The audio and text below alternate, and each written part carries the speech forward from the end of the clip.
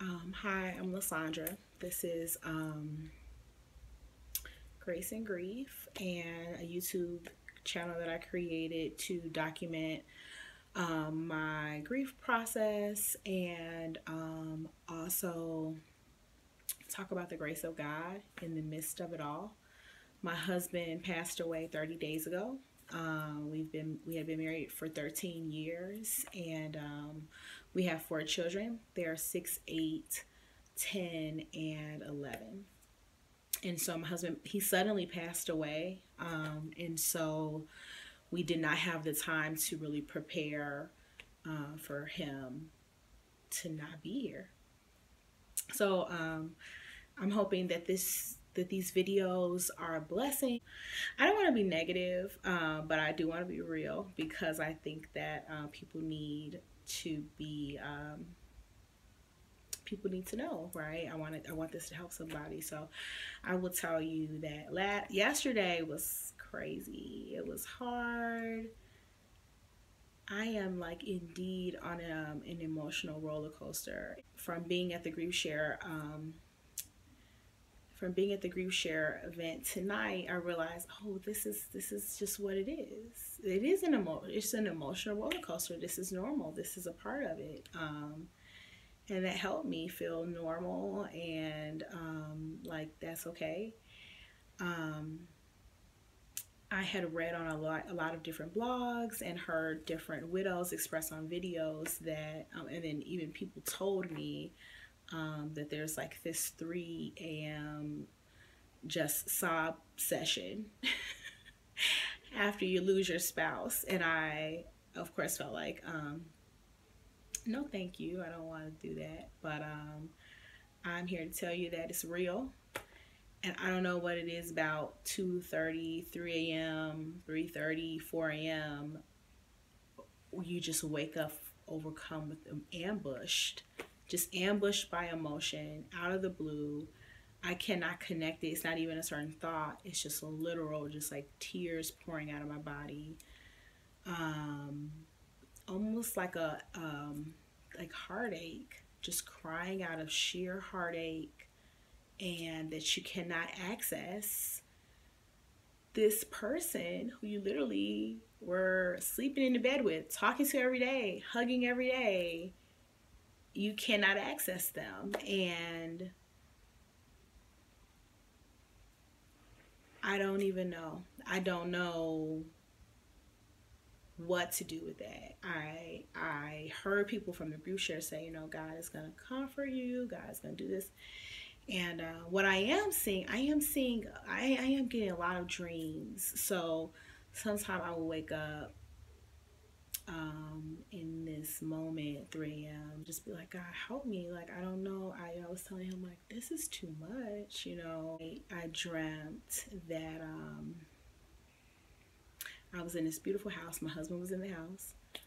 And it was kind of like our house, but like really upgraded and really beautiful. And I could tell that he had decorated it himself, but it was beautiful. And I was like looking throughout, and I was like, wow, this is so nice. And the emotions that I had were very peaceful and kind of warm. And he wasn't talking to me, but I saw that he was in the house. And I saw another woman that I know who went to be with the Lord a couple of years ago. And she was kind of walking up the staircase. And so when I woke up, I just had just that sense of assurance, like, you know, in my Father's house are many mansions, you know, and that my husband is with God. He's with the Lord. He is somewhere comfortable. He is somewhere where his spirit, his soul is alive and doing well. All that brings me a lot of peace. I have had a complete revelation on why people say when my loved one went to be with the Lord, or when the Lord called them home, instead of saying when they died. I never gave that much thought, but I totally get that you need to reaffirm verbally that this person is in heaven. and the peace that that brings. I keep saying, like, I don't want to do this. I had been saying, I hate this. I don't want to do any of this. When we were planning the services, the funeral, the memorial, I was saying, like, I don't want to do this. I hate all this. I don't want to do anything. I don't want to pick out the clothes that he needs to have on in the casket. I hate this. I don't want to do any of this, you know. I just felt like I have not consented to this. Nobody asked me, did I want this to happen? No, you know, but I am, you know, in it. And as a mom, something that happened the other day was my 6-year-old, I told her to take a bath, and she had all these bubbles everywhere, and she's in there for an hour, and she came out and her leg is bleeding, and I'm like, are you trying to shave your legs? You know, she's like, yeah. So I'm cleaning up the blood. I'm like, you can't do this. You know, this is not, what are you doing? And her face lights up and she says, but mommy, I was a mermaid. I was a mermaid when I was in the bathtub. And I was like, I just started laughing because it was like so real to her. Like, I was a mermaid. Do you understand? And I was like, oh, really? You know?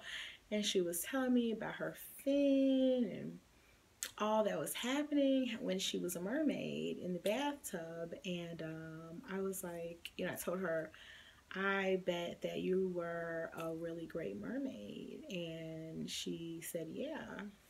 And I said, oh, you're good at a lot of things. And she, you know, she was saying, yeah, I know. She's like, not at shaving my legs, though. And I was like, okay, no, you're right. Not at shaving your legs. But it dawned on me in that moment that I still have the joy of motherhood right now. And so I don't have the joy of being a wife. I saw like a whole t-shirt that said wifey on it and was just upset. Like, what? God. I don't have the joy of that anymore, but I do have the joy of being a mother. And so I need to set my heart on still being the best mom that I can be, and realize that I have all the opportunity to enjoy my children. And 6 years old pretending to be a mermaid in the bathtub and trying to shave your legs, that is, you know, priceless. And I guess I just made up in my heart, like, I am going to enjoy. It may be hard. I didn't want to do it this way, but I am going to enjoy my children, and I am going to enjoy being a mom, and I am going to enjoy this season of their lives that I cannot get back.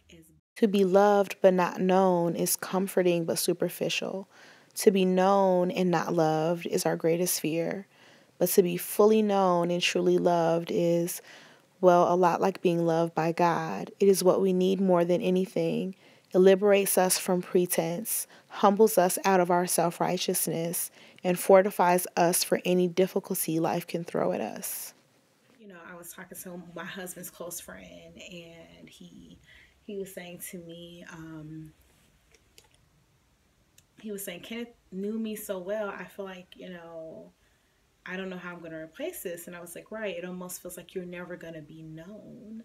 And that's how I feel like people know me, but, you know, he used to, like, finish my sentences and say, when I was shocked, he'd say, Lysandra, I know you. I've been studying you. I know you. And there's almost like this fear, like, nobody's ever going to really know me again. Like, know me, you know what I mean? Like the way your spouse knows you, or the way your best friend knows you, for real. That's crazy. That's hard. to come to that. But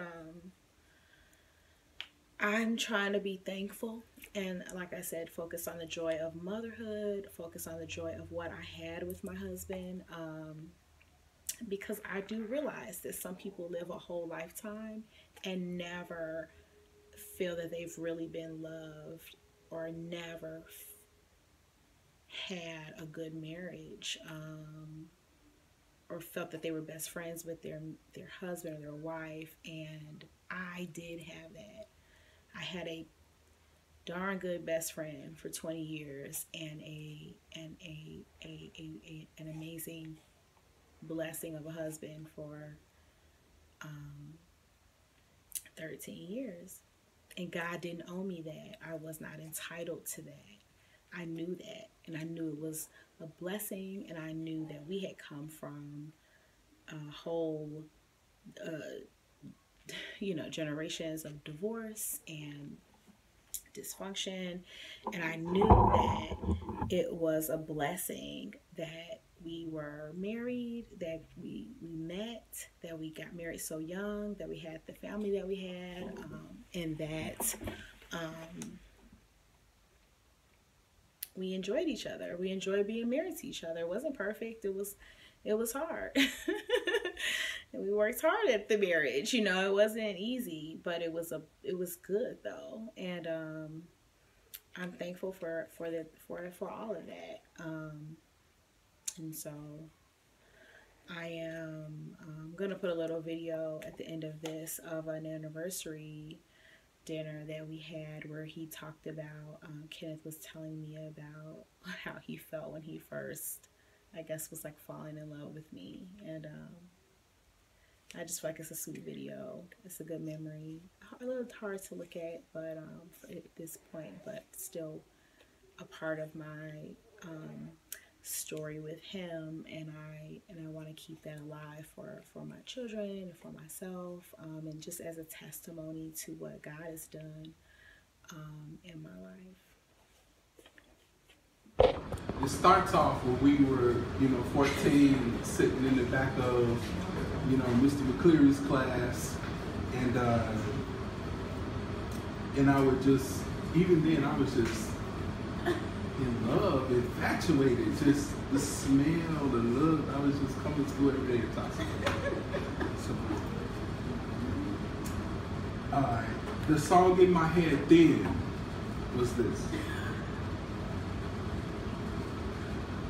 La la la la la la la la la la la la